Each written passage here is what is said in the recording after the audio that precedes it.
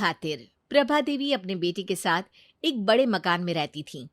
अपने 2 जवान बेटों और पति को खो चुकी प्रभा के पास अब सिर्फ छोटे बेटे गोपाल का ही सहारा था। गोपाल ऑफिस से आते ही माँ के पास बैठ जाता। माँ, दिन में क्या खाया? बेटा, पराठा सब्जी खाई थी, माँ ने बताया। दूध पिया था? गोपाल ने पूछा। अब भूल गई थी बेटा। माँ, ये बहुत गलत बात है। तुम्हारी सेहत गिर रही है और तुम दूध भी नहीं पीती हो। गोपाल नाराजगी व्यक्त करता। अरे, खाने के बाद नींद लग गई थी तो नहीं पी पाई, माँ ने जवाब दिया। अच्छा, अब रात को पी लेना, गोपाल ने कहा। अब उसकी तो मैंने खीर बना दी। तुम्हें खीर बहुत अच्छी लगती है ना? माँ, तुम भी ना बहुत लापरवाही करती हो। च्यवनप्राश खाई थी? अरे, कल च्यवनप्राश खत्म हो गया था ना, इसलिए नहीं खा पाई बेटा। और तुमने कहा भी नहीं। अब कल लेते आना बेटा। ठीक है, कल लेता आऊंगा। ऐसे रोज गोपाल आता, माँ के पास बैठता और फिर खाना खाकर सो जाता। सवेरे ऑफिस चला जाता। घर का सारा काम नौकरानी कर देती। एक दिन माँ प्रभा देवी ने कहा, बेटा, अब मेरे लिए बहू ला देना। अरे, अभी क्या जल्दी है माँ? बेटा, पोते का मुंह देखने का बहुत मन करता है, प्रभा देवी गंभीर होकर कहती। ठीक है माँ, कर लूंगा, थोड़े दिन और रुक जा। जब भी मैं शादी की बात करती हूँ तुम टाल जाते हो। माँ जब भी ऐसे बात करती तो गोपाल माँ से लिपट जाता। अरे माँ, मैं हूं ना तुम्हारे लिए, तुम बहू की चिंता मत कर, समय आने पर सब हो जाएगा। माँ बेटे लिपट कर खूब प्यार करते। गोपाल का एक दोस्त था मोहन। दोनों साथ साथ पढ़े थे और संयोग से नौकरी भी एक साथ एक ऑफिस में ही लगी। लंच के समय एक दिन मोहन ने गोपाल से पूछा, अरे यार, कभी तुम्हारे किसी रिश्तेदार को तुम्हारे यहाँ आते जाते नहीं देखा? पिताजी के मरने के बाद सारे रिश्तेदारों ने हम लोगों से नाता खत्म कर लिया, गोपाल ने बताया। क्यों? इस समय तकलीफ में रिश्तेदार ही तो काम आते हैं, मोहन ने आश्चर्य से कहा। लेकिन मेरे साथ ऐसा नहीं हुआ। यहाँ तक कि चाचा, जिन्हें पिताजी ने पढ़ाया लिखाया था, उन्होंने भी नाता तोड़ दिया। गोपाल थोड़ा गंभीर हो गया। चाचा जी को तो ऐसा नहीं करना चाहिए था, मोहन ने कहा। अरे चाचा को छोड़ो, बुआ ने भी आना जाना छोड़ दिया। सबको लगता था कि हम लोग उन पर बोझ बन जाएंगे। अब भी नहीं आते जाते क्या?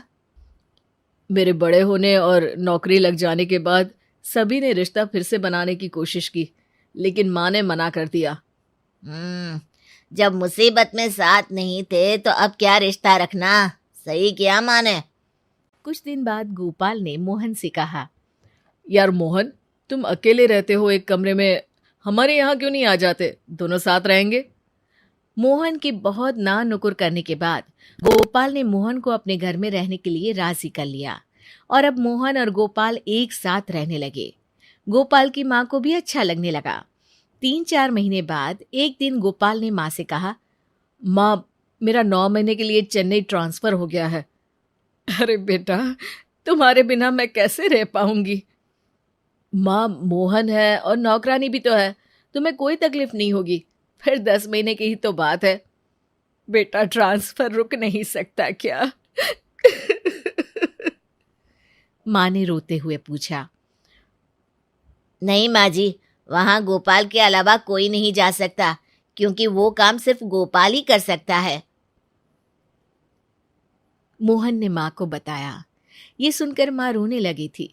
फिर एक दिन गोपाल चेन्नई चला गया। मोहन माँ का बहुत ख्याल रखता।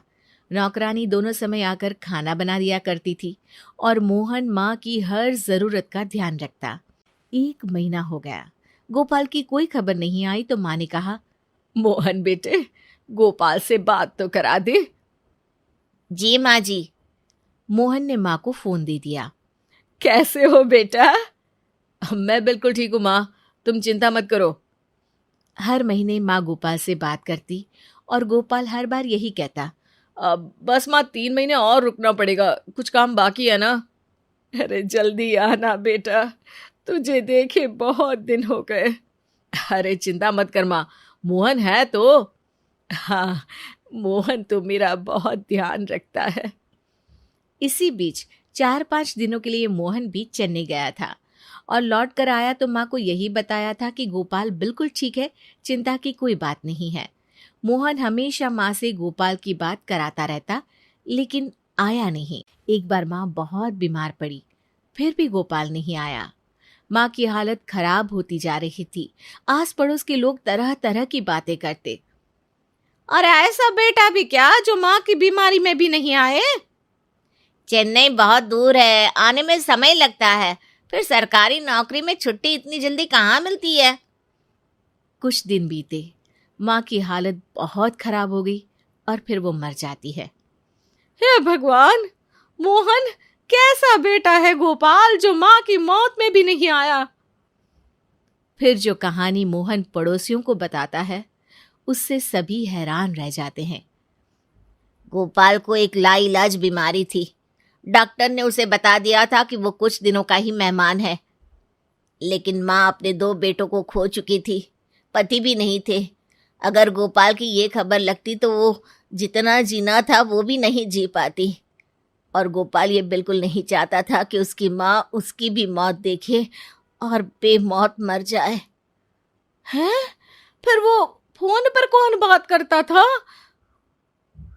वो रिकॉर्डेड आवाज मुझे दे गया था, जो मैं माँ को सुना देता था।